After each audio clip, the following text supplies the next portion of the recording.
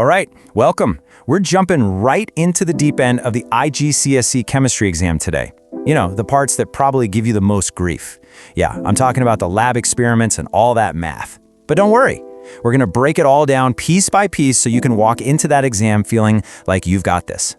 So, have you ever had that feeling, that little pit in your stomach when you turn the page and see a huge titration question or a calculation that just looks impossible? Yeah, you're not alone, I promise. These questions are put there to test your lab smarts and your logic with numbers. But the great news is, there's a system for cracking them, a method. So you ready? Let's get into it. Okay, so first things first, let's tackle the practical stuff, the lab experiments. And look, we're not just gonna memorize a bunch of boring facts. No way. We're gonna really get into how these things work. Because honestly, once you understand the why behind the experiment, remembering the what to do is so much easier. And we're starting with a true classic, the titration. You're gonna see this one a lot. Trust me. Examiners absolutely love it, and for good reason. It tests a whole bunch of your chemistry skills all at once. At its core, it's pretty simple. It's all about figuring out the exact amount of acid you need to cancel out or neutralize a set amount of alkali. If you can nail this procedure, you are well on your way to grabbing some major points. Okay, getting the setup right is absolutely critical. It's all about precision. So first up, that's why we use a pipette for the alkali. It's designed for super high accuracy, way better than a measuring cylinder. Then you just need 2 or 3 drops of an indicator. That's what's going to show us the magic moment of neutralization. And for the burette, you've got to read from the bottom of that little curve of the liquid, the meniscus. And you have to be at eye level, seriously. If you look down or up at it, you'll get what's called parallax error, and your measurement will be wrong. It's these little details that make all the difference. All right, time for the main event. See that white tile? It's not just there to look pretty. It makes the color change super obvious, so you can't miss it. And the swirling, that is non-negotiable. You have to keep swirling so that every single molecule of acid and alkali gets a chance to meet and react. Now, as you see that color start to flicker, that's when you slow it right down. Go drop by drop. The instant, and I mean the instant, that color change sticks around and doesn't fade, you stop.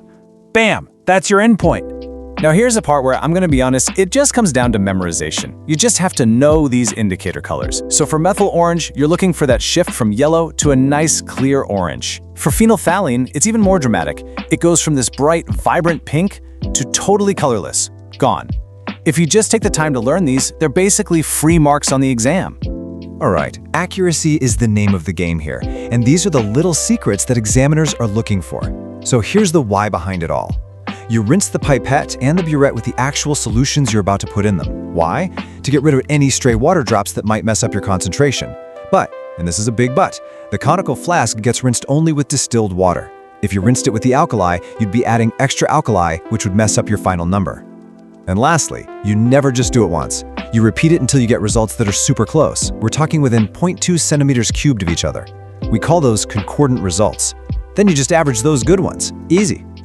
Okay, let's move on to another classic experiment, making a pure, dry, soluble salt. The number one key here is to add your insoluble reactant in excess.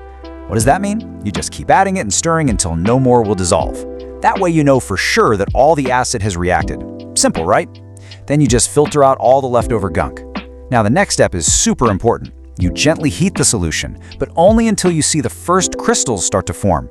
A good trick is to dip a cool glass rod in. If crystals form on it, you're ready. Do not boil it dry. Why? Because if you do, you'll trap all sorts of impurities in your salt crystals. Instead, you just take it off the heap and let it cool down slowly. That's how you get those beautiful, pure crystals. All right, deep breath. Let's switch gears and talk about the math. Now, I know chemistry calculations can look scary, but I'm gonna let you in on a little secret. Almost all of it, seriously, almost everything, comes back to one central idea, the mole. If you can get your head around the mole, it's like you found the master key that unlocks all the other calculations. And here it is. This is the absolute golden rule. The one formula to rule them all. Moles equals mass divided by MR. That's it. This formula needs to be your new best friend. Seriously, write it on a sticky note, put it on your mirror, do whatever you need to do to memorize it. You're going to use it over and over and over again. So, a common question you'll see is, find the empirical formula. Now that sounds super technical and scary, but it's not. All it means is the simplest whole number ratio of atoms in something. Think of it like this. You know the actual molecule for ethene is C2H4. Well, what's the simplest that ratio can be? You can divide both numbers by 2, right? So its empirical formula is just CH2. See? It's just about simplifying it down. The absolute best way to solve these is to draw a little table. It keeps everything neat. First step, pretend the percentages are just grams. So 85.7% becomes 85.7 grams. Easy. Step 2, use our golden rule, moles equals mass divided by mR, to work out the moles for each element. Step 3, and this is the clever bit, you look at your two mole numbers and you divide both of them by whichever one is smaller. In this case, 7.14 is the smallest, so we do that, and boom, we get a perfect 1:2 ratio. So the formula is CH2. It's a system, and it works every single time. Okay, let's tie this math back to our titrations. A titration calculation is always a 3-step dance. Always. Step 1, you calculate the moles of the stuff you already know the details about. We call that the known solution. Step 2, you look at the big numbers in your balanced equation. That gives you the mole ratio, which is like a recipe that lets you figure out the moles of the unknown solution. And finally, step 3, you take those moles and calculate the concentration you were looking for. 1, 2, 3. That's the pattern every time. Oh, and one more thing for calculations. If you see a question that involves gases, there is a magic number you have to remember.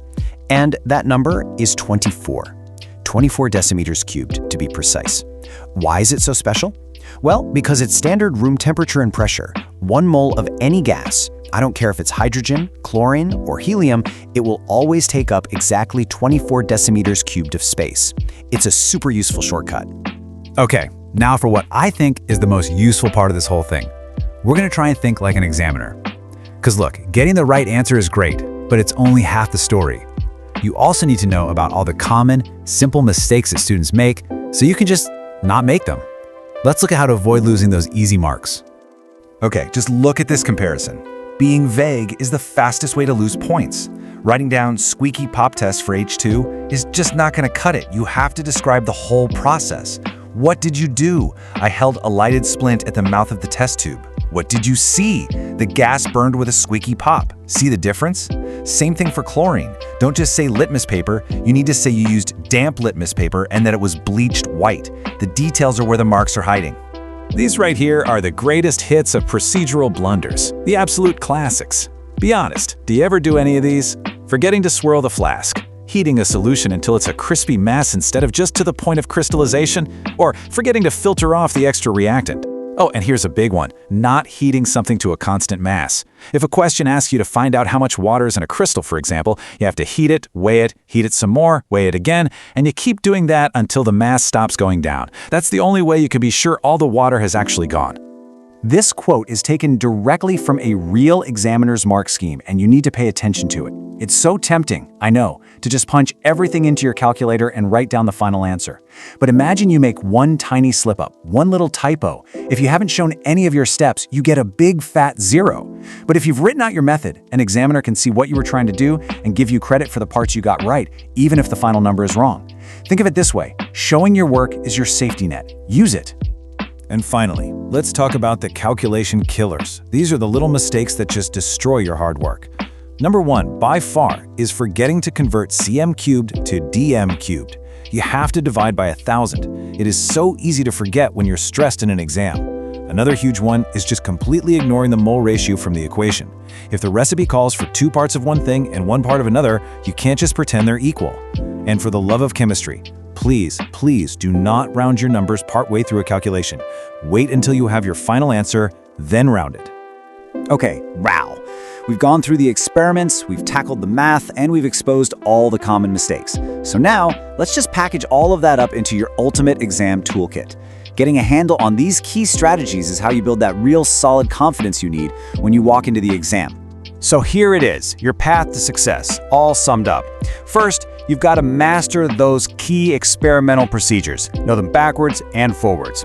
Second, memorize the core formulas and constants we talked about. Third, have a clear, methodical game plan for every single calculation you do. Fourth, keep an eye out for those common traps we just went over so you can sidestep them. And finally, I'm going to say it just one more time. always show you're working. Look, hearing all this is one thing, but the only way to make it stick is to actually do it. So, think about everything we just covered. What was the one area that felt a little shaky for you? Was it setting up the titration? Was it that empirical formula table? Or maybe just remembering all those little details to avoid mistakes? Whatever it is, I want you to pick that one thing, go find a practice question on it, and do it, right now. Go on. Thanks so much for watching.